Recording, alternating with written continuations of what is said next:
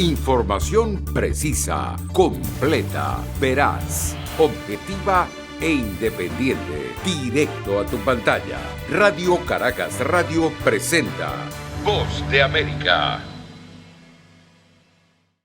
Argumentando una disminución de los contagios de COVID-19 a 22 por cada 100.000 habitantes, el presidente Nicolás Maduro anunció estar considerando la posibilidad de levantar algunas medidas de restricción implementadas en Venezuela, entre ellas el denominado esquema 7+7. El mandatario informó que a través de una encuesta dispuesta en Internet, su gobierno consultará la opinión de los ciudadanos. Sin embargo, expertos en materia sanitaria cuestionan que las decisiones sean tomadas en base a desinformación, tal y como expone el médico Alejandro Crespo, presidente de la Sociedad Venezolana de Pediatría Filial Aragua, quien además detalla que en el país aún deben desplegarse grandes esfuerzos para lograr inmunizar al 70% de la población. No parece ser el mejor de los planes. Hay que recordar que Venezuela tiene una de las tasas de vacunación más bajas de todo el continente americano. No hay información oficial al respecto, no sabemos cuántos mayores de 65 han sido vacunados, qué porcentaje del personal de salud tiene una o dos dosis, ni siquiera la OPS tiene información de cuánto personal de salud ha sido vacunado, cuántos maestros, etc. Entonces, lo primero, para poder tomar decisiones hay que tener información, y la información en Venezuela parece ser un secreto de Estado. Jaime Lorenzo, director de la Organización Médicos Unidos de Venezuela, explica que a diferencia de otros países, en Venezuela no hay indicadores para medir la respuesta de la estrategia de lucha contra la enfermedad.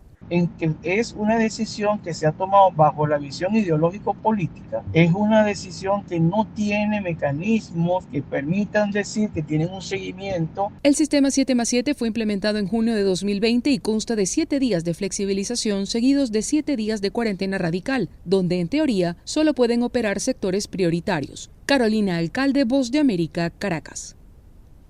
Con más de 65.000 uniformados, la Policía Nacional y con el apoyo del Ejército desplegó un operativo en todo el país para evitar actos vandálicos y hechos de desorden público en medio de las manifestaciones convocadas por las centrales obreras y organizaciones sociales en el Día de la Independencia de Colombia. El general Jorge Luis Vargas, director de la policía, advirtió que la guerrilla del ELN y las disidencias buscarían infiltrar la protesta. Se encontraron instrucciones del Comando Central del ELN para influir en los actos de vandalismo que se están produciendo en algunas ciudades de Colombia. Sin embargo, desde las centrales obreras, que mantuvieron por más de 2 meses un paro nacional, se insistió en que la protesta será pacífica, enmarcada en actos culturales, como informó Francisco Maltés, presidente de la Central Unitaria de Trabajadores CUT. Siempre la mejor forma de expresar nuestras necesidades, nuestras aspiraciones, nuestro rechazo a este gobierno es con la movilización pacífica. Entre tanto, el gobierno, a través del ministro de Salud, Fernando Ruiz, reiteró el llamado a que la protesta no genere aglomeraciones que pueden disparar los casos de COVID-19. Hacer protesta pacífica si es el caso, pero evitar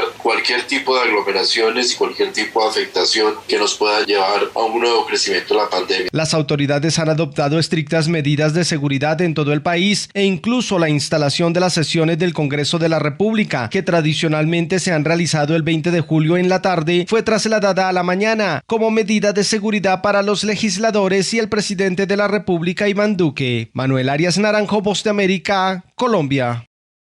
Estados Unidos acogió con beneplácito la medida anunciada en Haití sobre la decisión del primer ministro interino Claude Joseph, quien ha dirigido el país desde el asesinato del presidente Jovenel Moïse, de dimitir para dar paso a un nuevo gobierno encabezado por Ariel Henry, el hombre que Moïse eligió días antes de su asesinato, y dijo que estaba alentado de ver a los actores políticos y civiles haitianos trabajando para formar un gobierno de unidad que pueda estabilizar el país.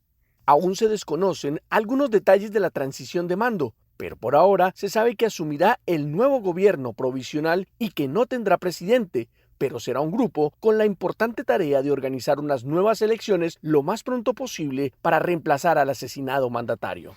El ministro de Asuntos Electorales de Haití, Matías Pierre, anunció que las negociaciones siguen en curso y que el actual primer ministro, Claude Joseph, volverá a sus funciones como ministro de Relaciones Exteriores. Al ser consultado sobre la difícil tarea de reconstruir a la nación más pobre del hemisferio occidental, el potencial primer ministro dijo textualmente: "Ofrezco mis felicitaciones al pueblo haitiano que ha mostrado una madurez política ante lo que puede ser considerado un golpe de Estado. Nuestros hermanos haitianos han dado una oportunidad a la paz, dejando la posibilidad que algún día se restablezca la verdad", destacó Henry. mientras embajadores de varias naciones, entre las que destacan Estados Unidos, Alemania, Brasil, Canadá, España y Francia, además de la Unión Europea y representantes de la Organización de Estados Americanos y la Organización de Naciones Unidas, emitieron un comunicado en el que resaltan que para este fin alientan enfáticamente al primer ministro Ariel Henry a continuar con su misión de formar ese gobierno. Por ahora, el gobierno haitiano prepara los funerales del asesinado presidente Jovenel Moïse, que serán el 23 de julio en Puerto Príncipe y al que asistirá su esposa, quien retornó el sábado al país bajo estrictas medidas de seguridad, luego de dejar Miami, donde recibió atención médica, luego de recibir varios impactos de bala en el atentado que le costó la vida a su esposo. Héctor Contreras, Voz de América, Washington.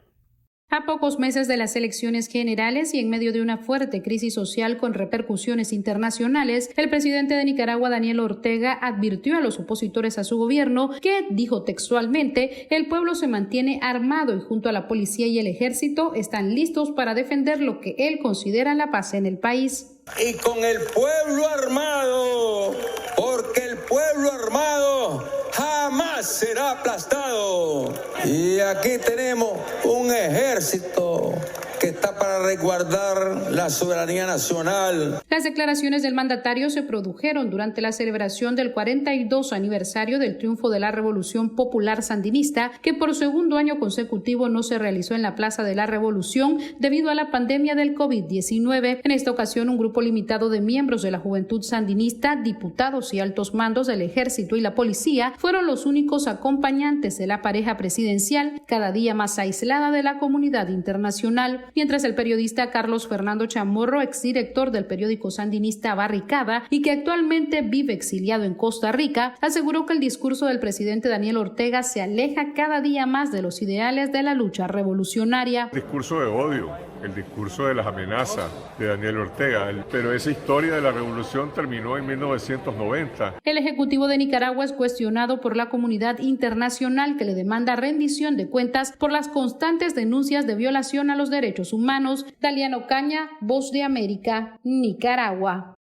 El regreso a clases presenciales en el sistema educativo público y privado en Honduras no tiene aún una fecha definida. Las autoridades educativas aseguran que aún están en el proceso de preparación de una estrategia tomando en cuenta el comportamiento del COVID-19 y el avance de la campaña de vacunación en las zonas urbana y rural. Según datos del Observatorio de Educación en Honduras, a la fecha más de 1 millón de menores están fuera del sistema educativo, una situación que en las zonas rurales de Honduras, donde la incidencia de casos de COVID-19 es menor, bajo la modalidad de clases semipresenciales, con un programa escalonado de asistencia de los alumnos, de 1 grado por día como proyecto piloto, pero que hasta ahora no tiene resultados claros. El ministro de Educación, Arnaldo Hueso, explicó que el plan de retorno a clases sigue en marcha, pero aún sin una fecha definida. No puedo predecir cuándo, porque te voy a explicar las condiciones. Primero, tenemos toda una estrategia de retorno seguro a clases que la diseñamos desde el año pasado, que lleva implícito el mecanismo de la semipresencialidad. En tanto, Nan Calix, dirigente del magisterio hondureño, afirmó que el lento proceso de vacunación, así como la falta de estrategias, son condicionantes para no volver a las aulas y señaló: si no nos sentamos a buscar hacer un plan estratégico para el siguiente año escolar, se pone en peligro. Mientras para los médicos como el doctor Denis Chirinos, el volver a clases debe buscar un balance entre la salud y la educación. Por lo tanto, tenemos que ir viendo las estrategias de cómo